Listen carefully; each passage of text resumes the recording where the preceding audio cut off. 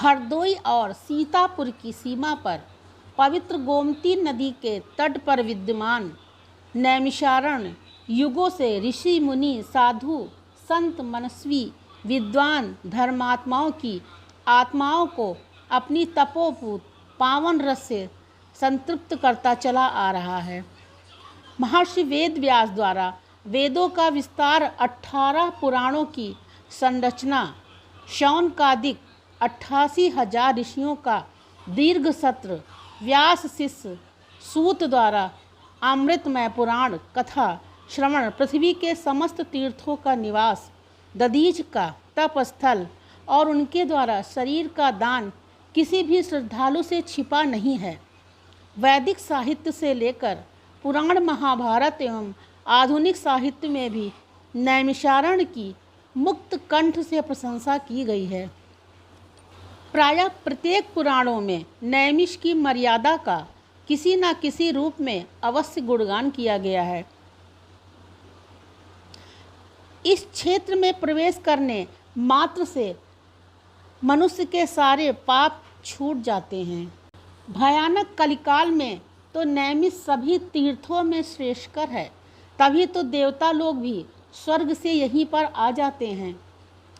त्रेता युग में रघुवंश विभूषण राम के द्वारा यहाँ की 84 कोसी परिक्रमा की सर्वप्रथम शुरुआत की गई, जिसका क्रम आज भी बना हुआ है। कवि भोलानाथ के शब्दों में है करी यहाँ की परिक्रमा श्री रामचंद्र जी ने आई, रामा दल तब से नाम पड़ा, कहते हैं इस दल को भाई। अधिक क्या कहा जाए।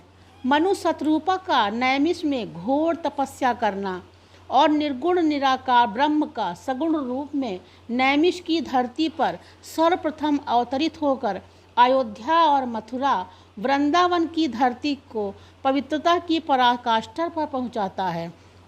इस पवित्र नैमिषारण्य की परिक्रमा सीतापुर और हरदोई दोनों ही जनपदों में होती है, जो मुख्यतः 11 दिनों तक चलकर मिश्रित तीर्थ की पंचकोशी में बदल जाती है।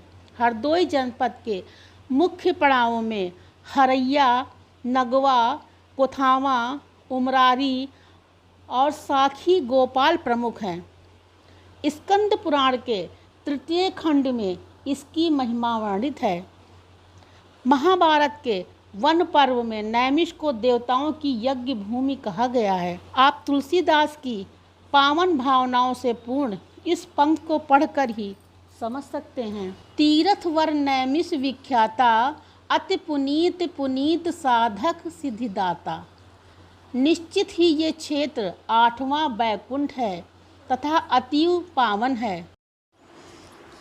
श्री रामचरितमानस में कहा गया है, श्री नैमिष पावन जग जाना, यह अष्टम बैकुंठ बखाना। भला कौन ऐसा देव यक्ष राक्षस मनुष्य असुर ऐसी पावन भूमि पर आकर अपने जन्म को सार्थक बनाने का प्रयास नहीं करेगा।